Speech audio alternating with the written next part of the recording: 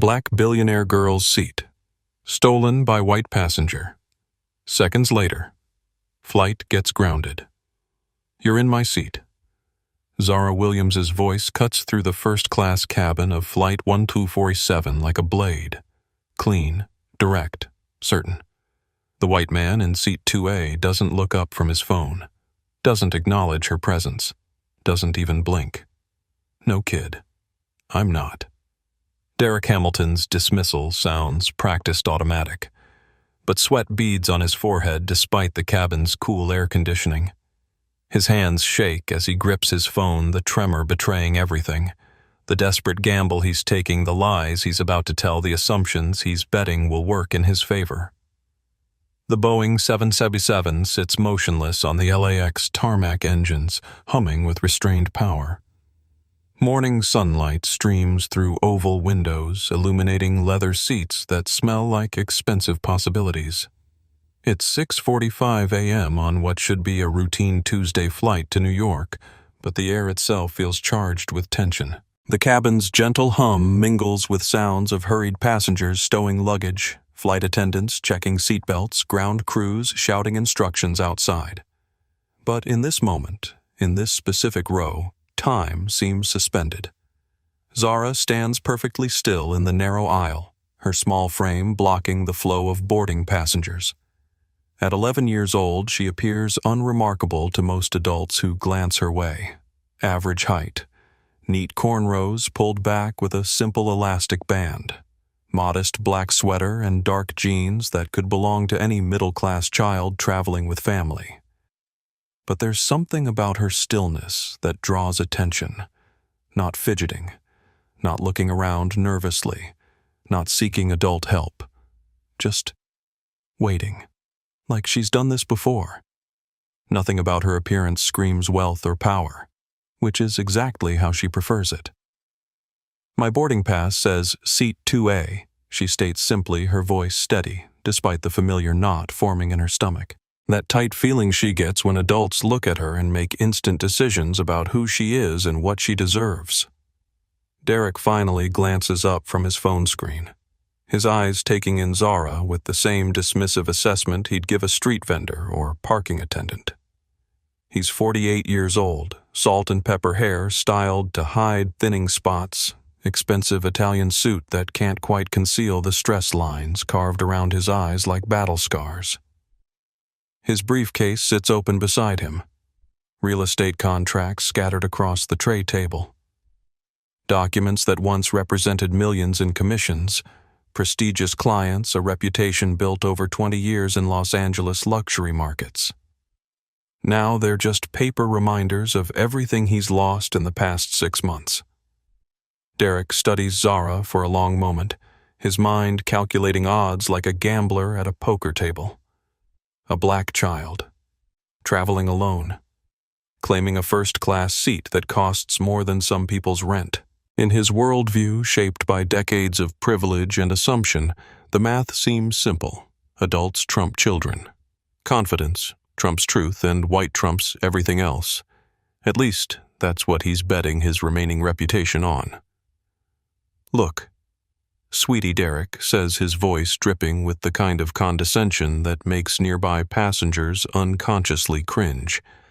There's obviously been some kind of computer mix-up here. I always sit in 2A on this route. I'm a Diamond Elite member. Always. Diamond Elite. Two lies flowing so smoothly they sound like truth even to Derek's own ears. He's been rehearsing variations of this story since he walked down the jet bridge, his economy ticket, Seat 34F, middle row, wedged between crying babies and cramped bathrooms, burning like shame in his jacket pocket. But admitting the truth means acknowledging that his real estate empire has crumbled, that his divorce stripped away half his remaining assets, that he's now flying economy, like the commoners he's spent his career looking down upon. Derek Hamilton has built his entire adult identity on the assumption that he deserves better than other people. He's not about to surrender that illusion now. Isabella Rodriguez approaches from the forward galley, her navy blue uniform crisp and pressed heels clicking against the cabin floor with practiced precision. At 32, she spent 8 years perfecting the art of reading airline passengers, their moods, their expectations, their likelihood of causing problems. Her eyes sweep the scene, quickly well-dressed businessman in expensive suit claiming his rightful space, young black girl disrupting the boarding process. The assessment happens in milliseconds, processed through years of experience that have taught her to trust certain visual cues over others. Smile, activating automatically. Isabella's body language already signals which passenger has her support. "Is there a problem here?" she asks, directing her question toward Derek rather than Zara. "Just a small seating confusion," Derek replies smoothly, his confidence growing as he senses Isabella's implicit alliance. "This young lady seems to think she belongs in first class. Seems to think she belongs." The words hang in the recycled cabin air like cigarette smoke, carrying implications that make several nearby passengers shift uncomfortably. Zara feels them like physical weight settling on her shoulders, the familiar burden of having to prove her right to exist in spaces others take for granted. Her throat tightens. The old familiar sting creeps up her chest. She's heard variations of this phrase her entire life. Different airports, different adults, same assumptions wrapped in polite language that cuts deeper than outright hostility. The dismissal that comes disguised as concern. The racism that hides behind age discrimination. For just a moment, doubt whispers in her ear. Maybe she should just move. Avoid the stairs. Make things easier for everyone. But then she remembers her father's words. Never make yourself smaller for other people's comfort. "I don't think I belong here," Zara says quietly, her voice carrying a calm strength that surprises everyone within earshot. "I know I belong here, because I paid for this seat 3 weeks ago." Isabella glances at Zara's boarding pass, a quick perfunctory look designed to satisfy protocol rather than actually verify facts. She doesn't scan it into the system, doesn't check it against the reservation database, doesn't do any of the things her training manual specifically requires for disputed seating situations.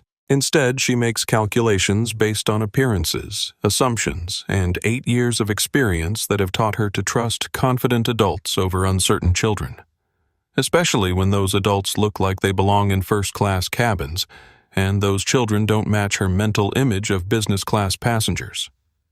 "Honey, let me help you find your real seat." Isabella says, her tone warm but patronizing in the way that makes Zara's jaw clench slightly. Sometimes the computer system gets confused and prints boarding passes for the wrong sections. It happens to kids a lot. The casual dismissal stings because it's delivered with such gentle certainty. Isabella isn't being intentionally cruel. She genuinely believes she's helping a confused child avoid embarrassment. But her conviction about what Zara deserves based on nothing but visual assessment reveals assumptions she's never been forced to examine. 3 rows behind them, Marcus Williams grips his business class armrests so tightly his knuckles have turned white. The former NASA engineer sits rigid in seat 8C, watching his daughter navigate this familiar minefield of adult expectations and childhood reality. Every parental instinct screams at him to stand up, walk forward, and end this confrontation with his adult male presence. His engineer's mind has already calculated 17 different ways to solve this problem quickly and efficiently. But his heart knows something. His mind keeps forgetting. Zara asked him to let her handle these moments herself. The world she's entering, tech leadership, international business, diplomatic summits with heads of state, won't always have him there to fight her battles. She needs to know she can stand on her own against whatever prejudice throws at her. Still watching his brilliant, calm daughter face down grown adults who've decided she doesn't belong somewhere never gets easier. The protective rage builds in his chest like steam in a pressure cooker. "I'm not confused," Zara replies to Isabella, her poise never wavering despite the heat building behind her eyes. "Mr.?" She looks at Derek expectantly, eyebrows raised in polite inquiry. "Hamilton," He supplies automatically, then immediately realizes his tactical error. Now she has his name. Now this becomes personal rather than anonymous. Now there's accountability attached to whatever happens next. Derek's confidence wavers for just a moment as something about this child's calculated calm bothers him. Most kids would be intimidated by adult authority figures eager to avoid confrontation, grateful for any face-saving exit offered by helpful grown-ups. This one seems prepared, like she's been through this exact scenario before and knows exactly how it usually plays out. The realization unsettles him more than he wants to admit, Mr. Hamilton. Zara continues, her voice steady as granite. Could you please show me your boarding pass? The simple request lands in the first-class cabin like a depth charge detonating in deep water. Ripples of tension spread outward as other passengers sense the shift in dynamics, the moment when polite confusion transforms into direct challenge. Because Derek's boarding pass shows seat 34F, economy class.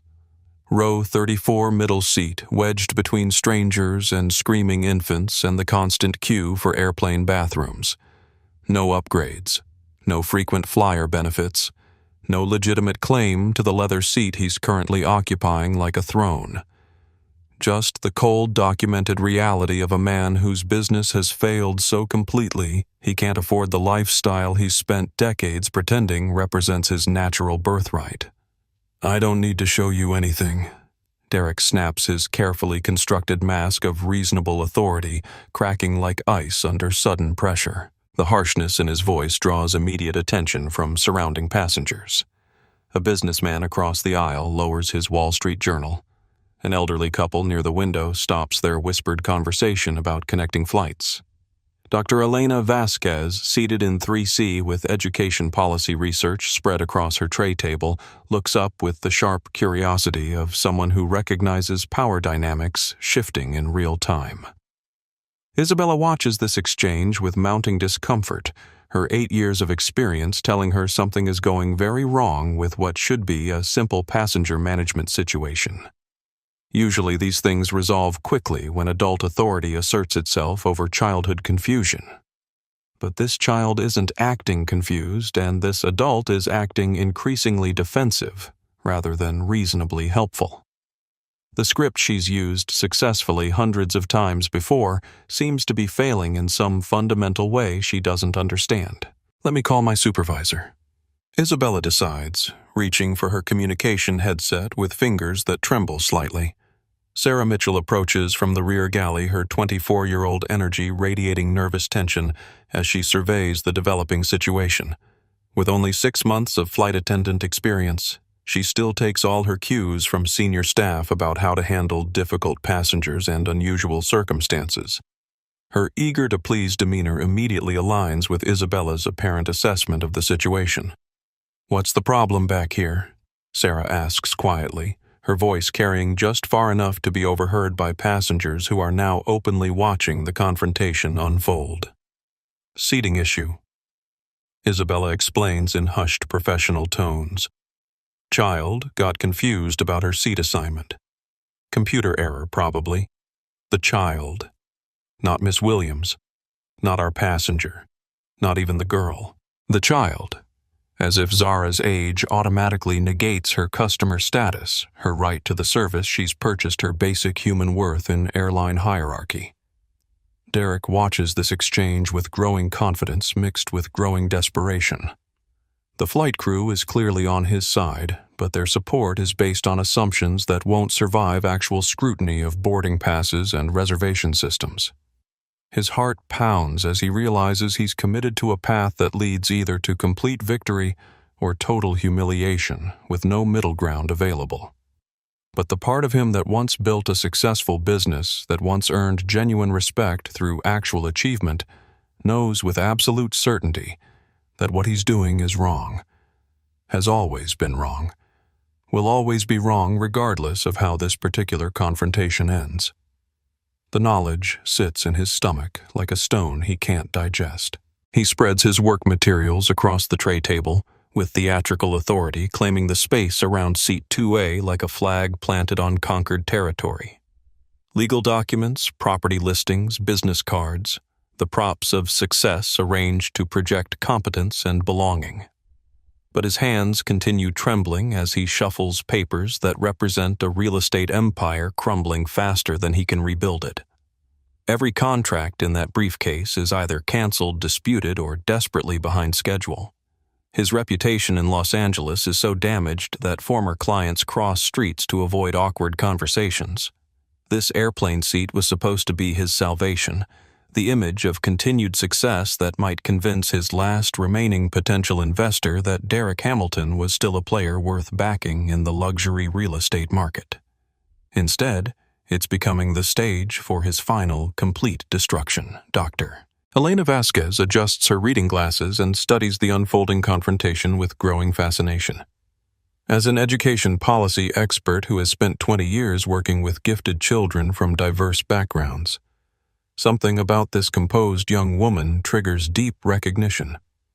The intelligent way she speaks, the careful precision of her word choices, the calm strength that seems far beyond her apparent age, the complete lack of intimidation in the face of adult authority.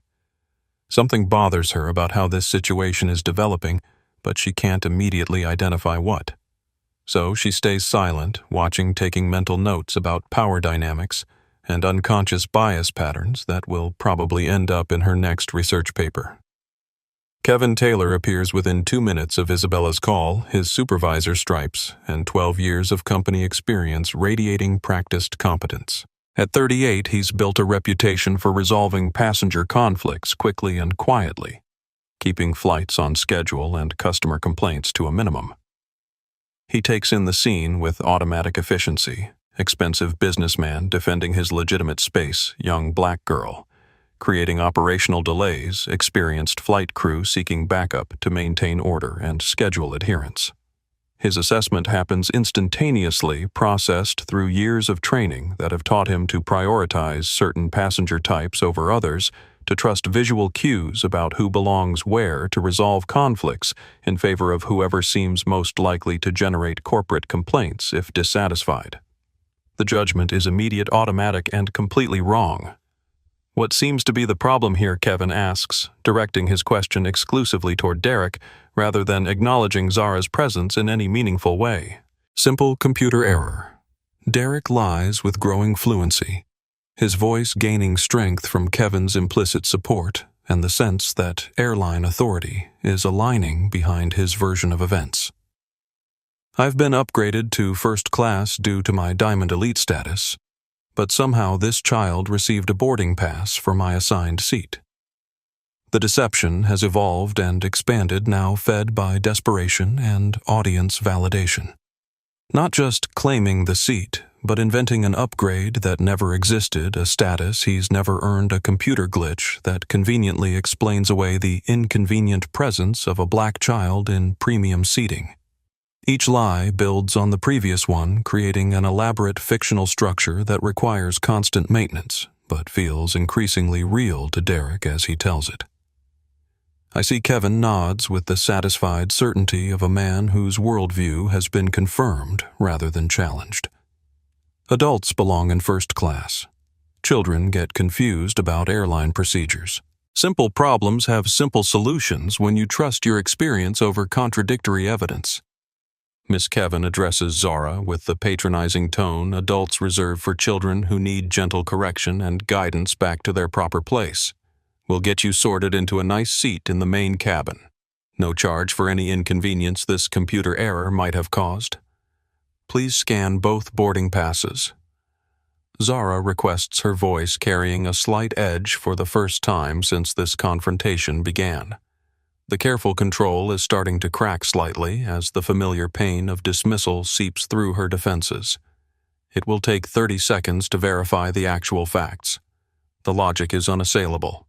The solution is obvious.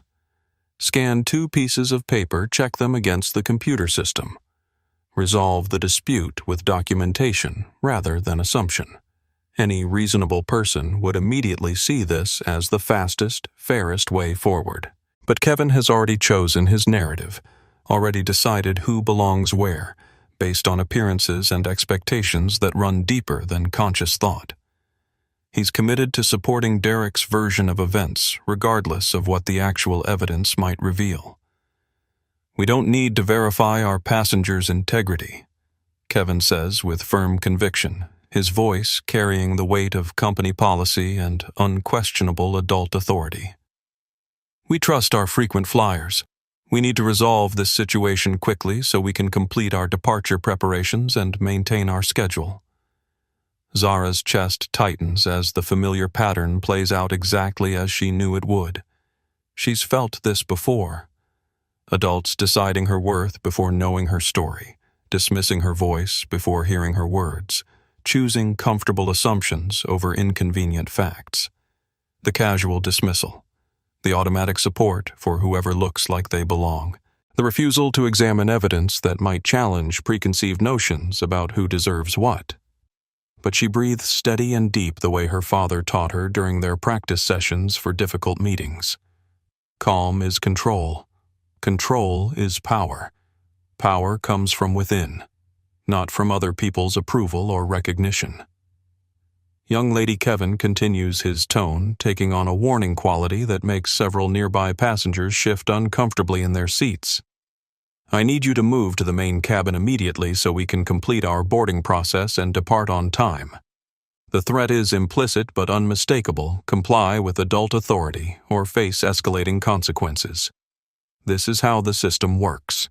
This is how it's always worked. Children defer to adults, minorities defer to whites, and everyone eventually finds their proper place in the established hierarchy." No.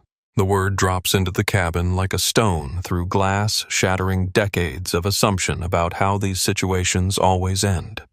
Clear, final, uncompromising, delivered without raised voice or dramatic gesture, but carrying the absolute certainty of someone who has decided where she stands and refuses to be moved from that position. The single syllable creates a moment of perfect silence in the bustling cabin. Several passengers stop mid-conversation. Flight attendants pause in their safety preparations. Even the background noise of engine warming and ground crew activity seems to fade. "Excuse me." Kevin's voice sharpens like a blade being drawn, his calm cracking for the first time as he encounters unexpected resistance to his authority. "I said, no." Zara repeats her 11-year-old voice, carrying a strength that surprises everyone within earshot. "I will not move from my legitimate seat to make room for someone else's lie." Lie. She said it directly now, the accusation Derek hoped would never surface, the truth that transforms his computer error narrative into something far more serious and legally problematic. The word hangs in the air between them like a challenge that cannot be ignored or dismissed. "Now wait just a minute." Derek blusters, but his voice wavers with uncertainty as part of him, the part buried beneath months of justification and rationalization, recognizes the absolute accuracy of her statement. "You're sitting in seat 2A, Zara says with surgical precision, her voice cutting through Derek's protests like a scalpel through tissue. "Your boarding pass shows seat 34F. Those are facts, not opinions. Those are what actually happened, not what you wish had happened." Kevin's face flushes red as he realizes this simple passenger management situation has transformed into something far more complex and potentially problematic than his training prepared him to handle. Children are supposed to be intimidated by adult authority figures, eager to avoid confrontation, grateful for any accommodation offered by helpful airline staff. They're not supposed to stand their ground with legal precision and moral clarity that exposes the fundamental unfairness of the entire system. "Young lady, if you don't cooperate immediately, we'll have to call security to escort you from this aircraft." Kevin announces, his voice carrying across the first-class cabin loud enough for every passenger to hear clearly. The threat hangs in the recycled air like a sword suspended over Zara's head. Remove the black child rather than verify the truth. Preserve the white adult's comfort rather than investigate his claims. Maintain the established order rather than risk discovering that the system itself might be fundamentally corrupted. The cabin falls almost completely silent except for the soft hum of air conditioning and the distant sounds of